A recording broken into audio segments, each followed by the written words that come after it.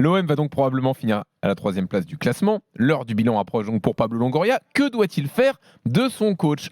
Centre donc de nombreux débats tout au long de l'année. Igor Tudor a encore 1 an de contrat, il n'est pas parti du tout. Doit-il être maintenu avec le même fonctionnement que cette année, ou est-ce qu'il faut le recadrer et le maintenir sous condition 32-16 ? Appelez-nous pour en débattre. Jérôme.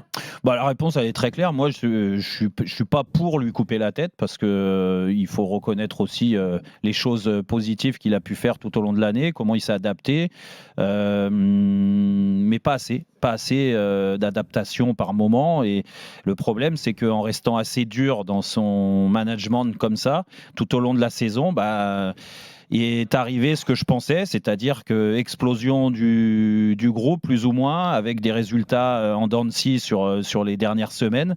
Et c'est là le plus important, la dernière ligne droite, c'est là qu'il faut rester frais physiquement, mais surtout psychologiquement, et qu'on se rend compte que sa méthode, elle a mis dans le dur la plupart des joueurs, et même lui le premier. Donc il est rattrapé un petit peu par tout ce qu'il a mis en place sur les derniers mois. Et puis trop de conflits. Donc à partir de là, quand tu as trop de conflits, tu as les résultats qui te fuient un petit peu, que tu sors des clous en termes d'ambition, et avec Eric et aussi Manu, bien sûr, on en a souvent parlé et on attendait de savoir s'ils allaient être dans les clous à finir 2e aussi bien que l'année dernière, et c'était l'objectif du club, sans parler de la Coupe de France et la Champions League, bien sûr. Mais là, on parle d'objectifs en championnat. On attendait de voir s'ils étaient sûrs d'être 2e ou finir 3e, qui était pour moi problématique déjà dans la gestion du groupe, mais surtout la gestion de l'année prochaine. Il est arrivé ce qu'on pensait, c'est-à-dire que Marseille s'est sabordé un petit peu. Il s'est sabordé un petit peu tout seul, quoi. Parce que je pars du principe qu'il y avait mieux à faire avec certains joueurs, et que certains joueurs qu'il a mis au placard depuis pas mal de mois.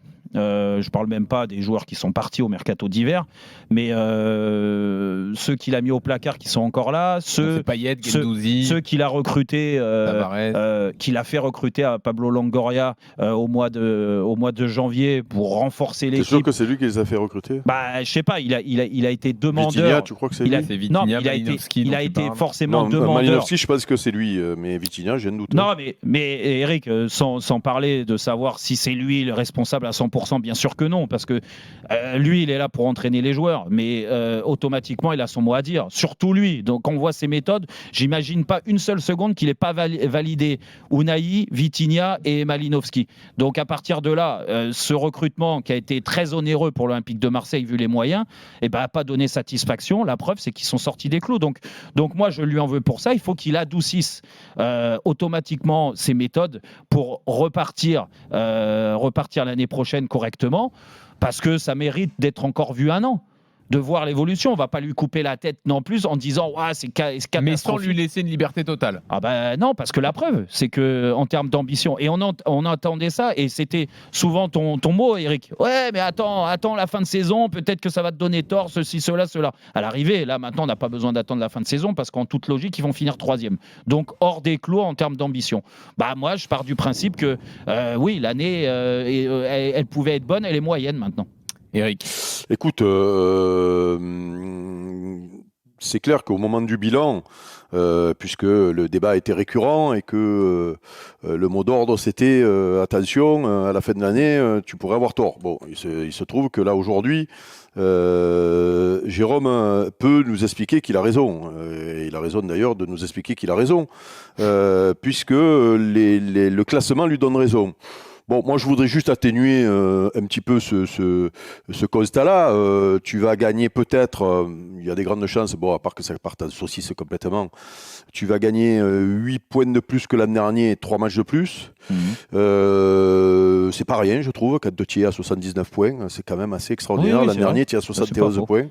Voilà, tu as rempli un stade toute l'année, tu as souvent régalé tes supporters, sauf que dans le sprint final, tu sais, quand tu regardes un petit peu même Lens, tu as regardé Lens ce week-end, je présume, c'était la fête du slip. Ils sont solides, mais c'est plus la fête du slip. Là, c'est on prend les points ou on les prend pas. Bon, malheureusement, l'OM les prend plus. Donc le constat est clair.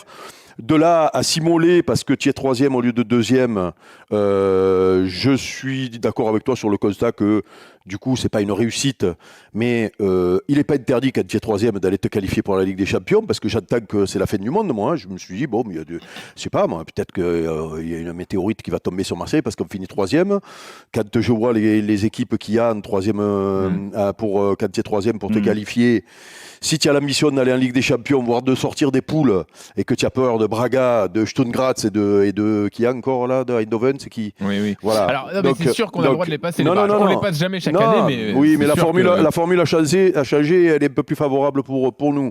Voilà. Après, le constat est que la gestion de Tudor sur cette fin de saison est un échec.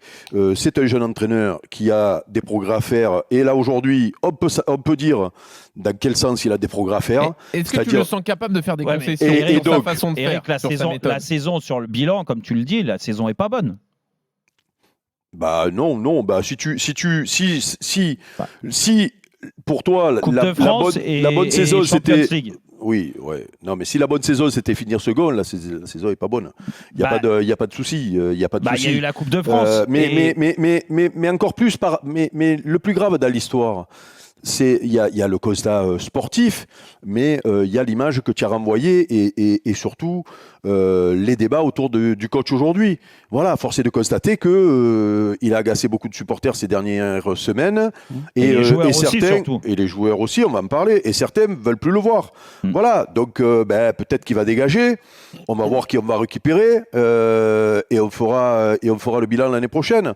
Moi, je ne peux plus contester aujourd'hui le fait que sa gestion lui a empêché d'utiliser à 100% certains joueurs. Moi, quand je joue à Mbemba, et Dieu sait que je l'ai relevé quand il ne le faisait pas jouer, parce que moi, voir Balerdi sur le terrain, chaque fois, je me dis merde, mais il porte le maillot de l'OM, waouh, et on veut être deuxième avec lui derrière. Et Bamba, donc tu le mets à la cave, et Bamba, quand il en a besoin, il a la tête dans le sac. Voilà, donc tu avais raison sur la gestion de certains cas. Guendouzi, que tu utilises à un poste qui n'est pas le sien et qui te rend des services du jour au lendemain, il ne sert plus à rien. Payet, qui sur une fin de saison, tu as l'impression qu'il a envie, le baroud d'honneur, tu vas te disputer avec. Bon, ben, l'ultra-rigidité, je pense que c'est un défaut à un moment donné. Maintenant, est-ce que l'ultra-rigidité, c'est que lui ? Il faut voir aussi ce qui se passe au-dessus dans la gestion de l'effectif. Voilà, tu vois, moi, quand je vois qu'un Bailly joue plus parce que moi, Bailly, je suis désolé, si on me dit que Bailly est moins fort que Balerdi, j'arrête de parler de football. Voilà, j'arrête, je vous le dis là maintenant. J'arrête donc. Mais non, tu la connais l'histoire de Bailly. L'histoire de Bailly, on la connaît quand même. Donc moi, je me dis, si Bailly ne joue pas parce qu'il y a un problème de contrat et de match que tu dois faire, je me dis, qu'est-ce qui doit se passer pour Mbemba peut-être? Je me pose des questions. Et à côté de ça, Balerdi, tu veux le vendre. Donc et voilà, donc je me dis, est-ce que finalement, il est aussi impérial et aussi souverain que ce que on dit? Voilà, c'est la question que je pose, mais je n'ai pas la réponse. C'est peut-être toi qui as raison.